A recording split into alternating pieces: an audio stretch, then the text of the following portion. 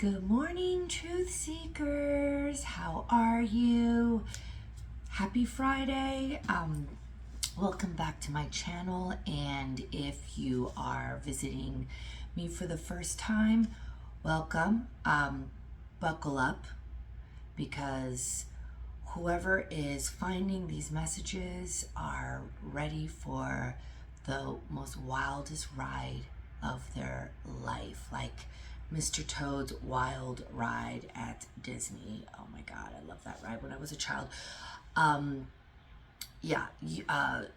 Typically when people find me, whether it's coaching clients or even new friends, newbies that come into my world, I find that they're ready to walk through a portal, or a doorway.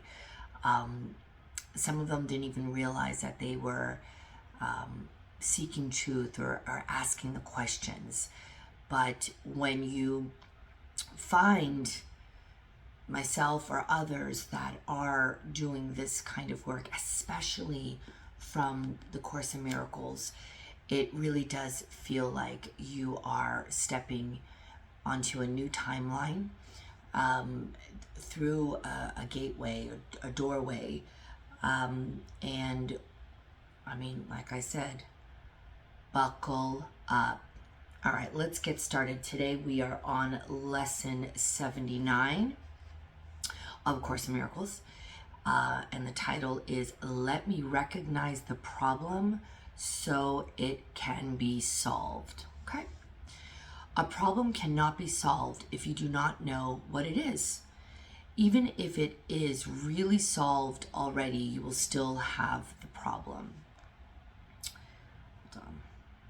Because you will not recognize that it has been solved. This is the situation of the world.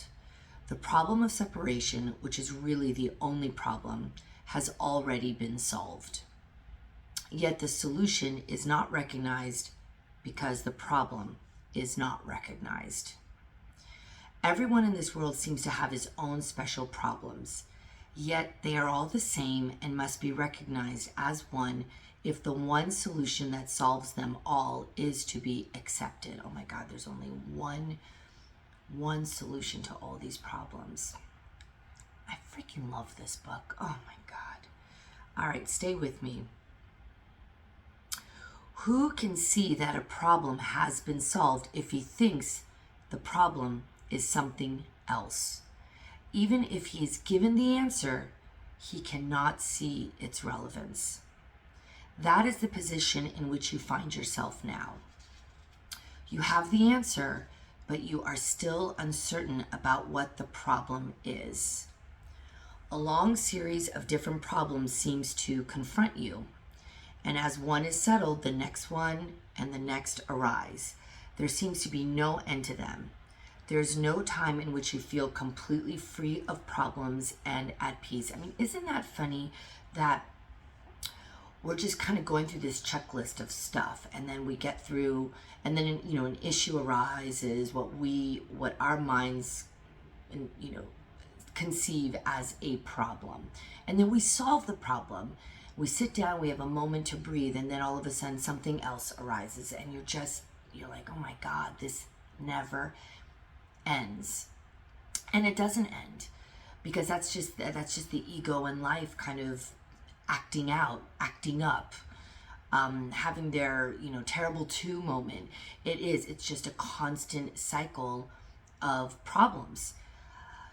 So is it about solving the problems that we think are problems? Well, let's keep going here, because there is only one problem, and it's not the plethora of stuff that keeps arising. It's a car problem, and then a work problem, and then kid having problems at school. I mean, it's just like, it's not anything of those. So let's keep going. You have the answer, but you are still uncertain about what the problem is. A long series of different problems seem to confront you, and as one is settled, the next one and the next arise. There seems to be no end to them. Yes, I'm sorry, I'm repeating myself. There is no time in which you feel completely free of problems and at peace. The temptation to regard problems as many is the temptation to keep the problem of separation unsolved. The world seems to present you with a vast number of problems, each requiring a different answer.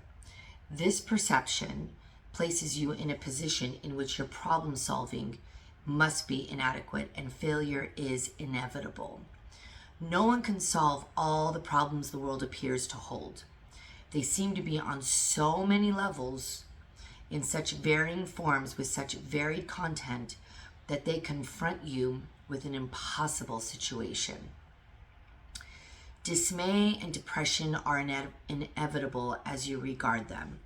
Some spring up unexpectedly, just as you think you have resolved the previous ones. I'm telling you, it's just like this never-ending merry-go-round, right? Others remain unsolved under a cloud of denial and rise to haunt you from time to time, only to be hidden again, but still unsolved. And right here, I know that from my own experience when I was just swimming in a sea of problems years ago.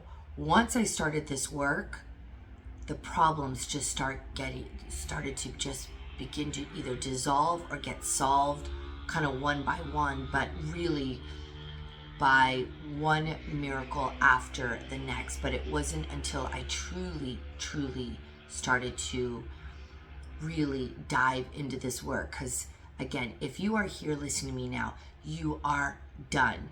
You're probably a pretty high vibing individual who, enjoys life and knows how to love and be a good friend and has a huge heart. But you're here because you're just like, but I'm done fucking worrying about the problems that keep cropping up, the life shit. And I get you, because life just keeps on lifing. And you're like, how do I navigate through this?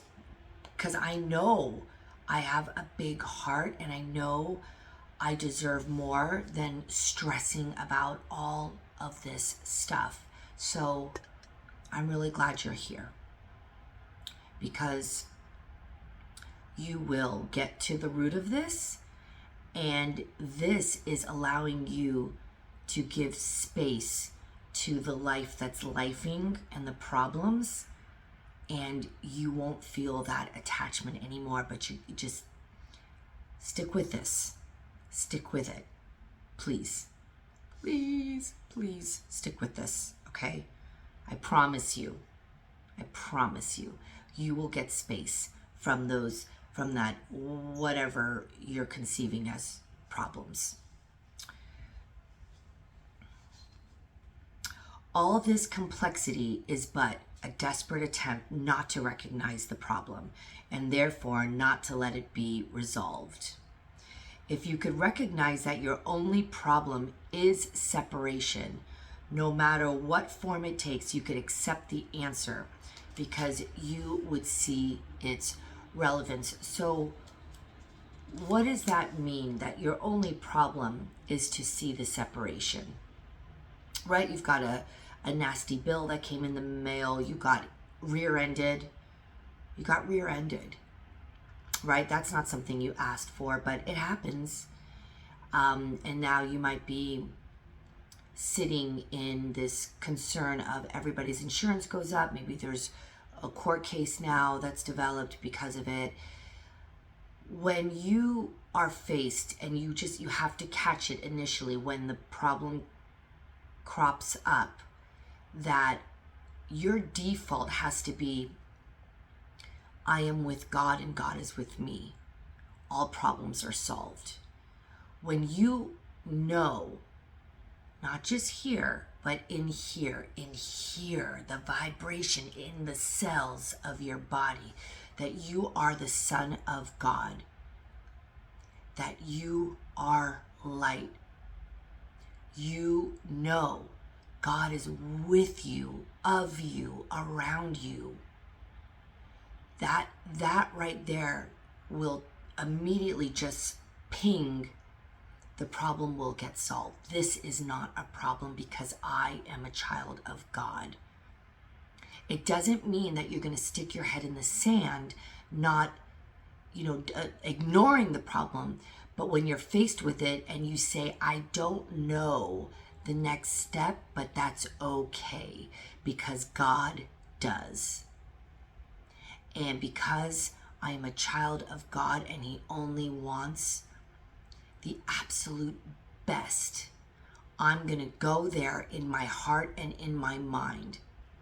And when you do that, you are going to approach these seeming problems completely differently, which means solutions come faster.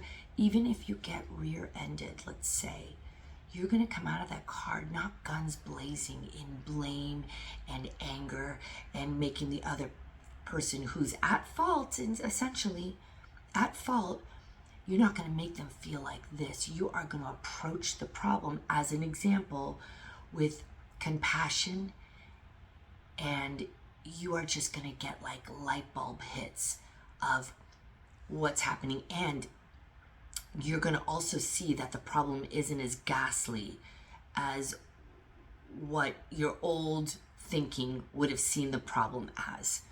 It will not be as horrendous. Meaning, let's say you get into a car accident, you're going to come out of that going, oh my God, we are so blessed. The car isn't completely totaled. Everybody is fine.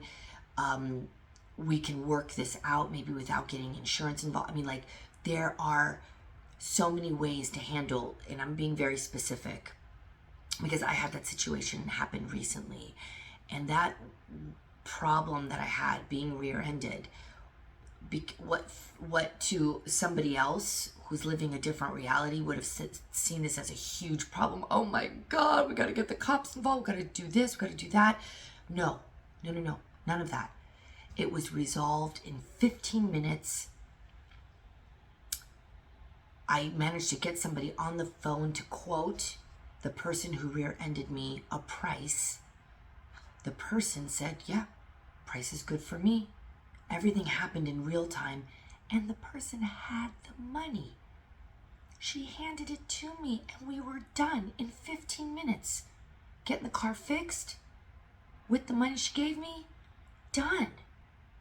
It was incredible. It was like God is everywhere, even in those moments. And it could have been really bad. And thank you to Spirit that the damage was minimal. I didn't make her feel like shit. We hugged. She was lovely. It happens. She was in her 20s. We've all been there. We've been the victimizer. We have been the one that has rear-ended. I rear-ended somebody when I was in college. I felt like shit, and the person that I hit made me feel like this. He actually came around and called me afterwards and apologized for making me feel like this by telling me, oh my God, what were you thinking? Was I invisible? That's what he... And my poor bug, the hood of the car, because the engine's in the back, got crushed. This was back in college. And I was playing with the radio, and I looked up, and bam. My fault. Yeah, and I felt terrible. I felt guilt and shame. And the guy I hit didn't make me feel any better. I don't want to be that person. But I think with the help of this work and just knowing that all problems are not really problems. You know, if I had really looked at that problem of the car recently as a problem, I would have completely separated myself from the driver who rear-ended me and said, you're in the wrong. I want to get everybody involved, and you're going to owe me a lot of money. And I'm going to teach you a lesson to be a better driver by going through all of these steps. No. No way. We are one. The person that hit and the person that got hit, we are one. We came from the same place. We're going back to the same place. We are connected. as beings of light. When I looked at her, I asked her, are you okay? I'm okay. You okay? She said, I'm okay. I said, okay, perfect. Let's just pull to the side of the road. Let's not stop traffic any longer than we've had. We'll figure something out. This is not a big deal. And you don't need to suffer from this. We'll figure this out together. And it did, and it worked out. I got people on the phone very quickly. I videoed the damage. They're like, oh yeah, not a big deal. $300. $300? That's it? Yeah. Bring the car in, I'll take care of it. And I said, you want a Zelle or Venmo or whatever? She's like, I have the money. I said, you have the money? She's rich. 23 years old, she had the money. She had the cash. I was like, okay, are you okay with, goes here? Okay. Hope I never see you again unless maybe we're at a party. We hugged. We said our goodbyes. I let her go. No problem. No problem. You can connect. And you know, it's interesting when you really get deep into this work, you almost get excited when shit starts to hit, because you become the experiment in your own life, and you start to see problems as what spirit got up his sleeve this time. I mean, that's really dancing with the adventure of life, right? You are co-creating. Oh my God, what interesting personality am I going to come in contact with? Who am I going to be on the phone with when I'm tackling this bill that somebody needs to explain to me why I owe this money? Whatever the seeming issue is, problem is, you know, when you can look at it from, okay, let's go, spirit, let's dance. Let's do this dance. You are going to find the most interesting outcomes, and you're going to see solutions. And those are your miracles. But they're not miracles. They're just normal shit that's supposed to take place all the time. And all of a sudden, these are not problems. This is just another opportunity to meet another beautiful soul. Even if it is somebody from the government, if it's somebody from a vendor, whatever, a person driving, whatever. It's an opportunity.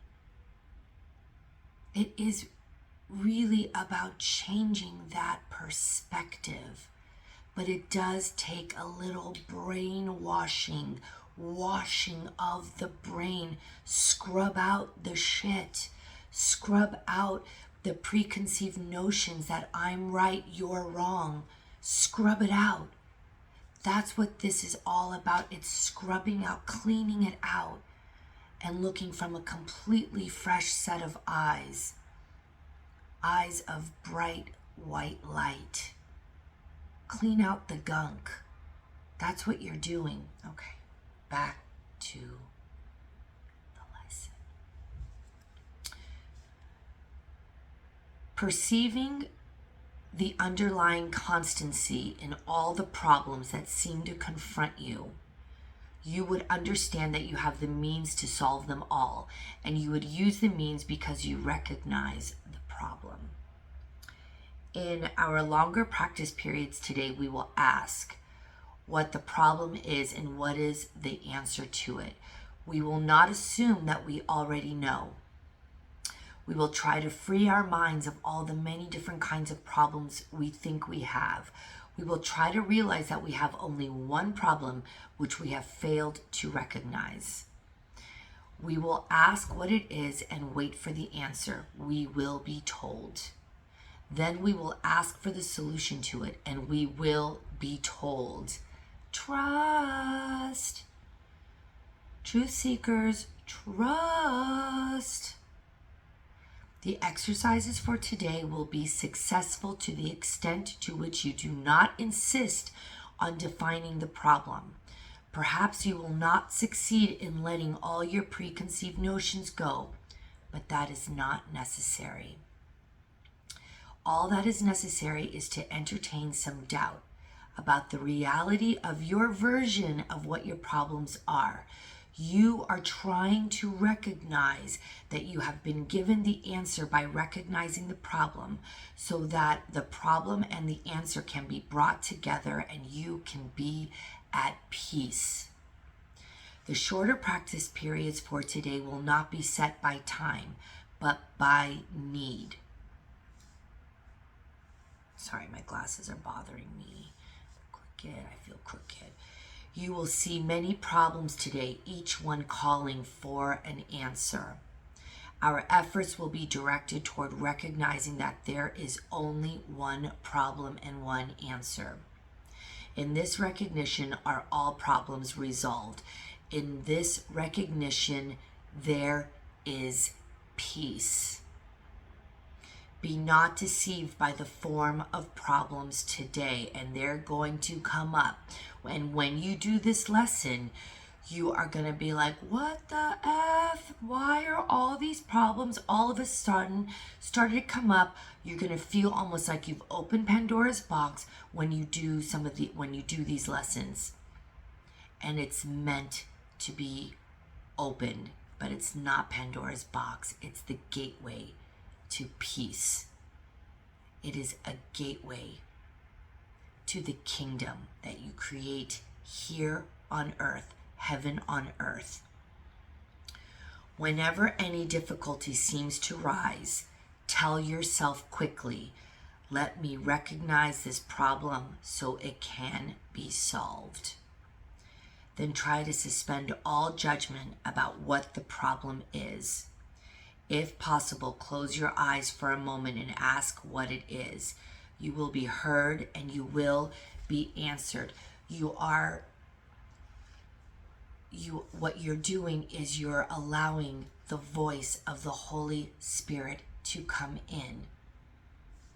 Allow the voice of the Holy Spirit to come in and guide you. You will hear the voice. You will hear his voice. Trust the voice. If that voice feels harsh and critical, it is not the voice of the Holy Spirit. It is your ego. The voice of the Holy Spirit is not criticizing. It's a whisper.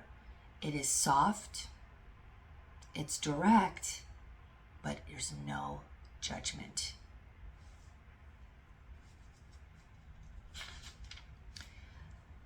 Let me recognize the problem so it can be solved.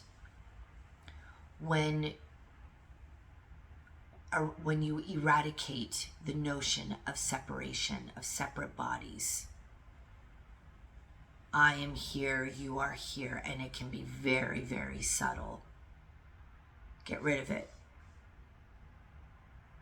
Most of your problems, if you really think about problems, it is a me against this entity, a me against, and entities are made up of bodies. The government, this company, that company, they're all made up of souls working, being employed at these places, right? These entities. When you approach problems, before you pick up the phone and say, we're going to get to a solution and I'm going to come in with compassion and kindness and the knowing we are going to find a solution. And let's just say, because this has happened to me and this is probably going to happen to you when you do this work, that the bill isn't resolved and you find out why you owe this money. Let's say, for an example, you've got this bill, you call the company saying, oh no, I'm going to put this into play. We're going to get to a solution. We're going to get to the bottom of it. But your ego mind is saying, yeah, that means we're not going to have to pay. This is all a mistake and I'm not going to have to pay, right? So you go in, knowing that we're going to have a solution, knowing that I'm going to only be kind, respectful, direct. I'm not going to be, pushover, but you don't have to even go there. But I'm going to know that we're going to get to the bottom of it, but I'm going to be kind and compassionate, because usually the person you're speaking to, they're just doing their job, and you can only imagine the kind of crap that they get from customers raging because if there's an oversight or they get a bill that doesn't belong to them. Okay, but what if in that conversation you do owe that money? That ego is going to come in and say, see, this work doesn't work because you didn't get out of it, and you owe this money, and that's not a solution. If you owe the money because of some accounting error from before, and that you got over-credited or something, but you figured out the solution and you still owe that money, well, then then you have to go to that default saying, but God always provides. I am always provided for. So pay the money. If you resolve the situation, you pay, but you have to pay knowing, okay, I owe the money. But God is always there to provide. So I don't have to worry about this bill, that bill. You pay and just go, okay, that's what was supposed to happen. But God will always provide for me. So then you have to program your brain to default there, like God will never let me go as long as I'm walking my truth, as long as I am making an attempt to walk in my truth. I'm trying to do this work. I'm trying to rid my life of annoying triggers because I know I'm worth feeling good the majority of the time, and I'm going to do whatever I can to walk that truth, be kind to myself, be kind to others, breathe. Shit's going to come up still.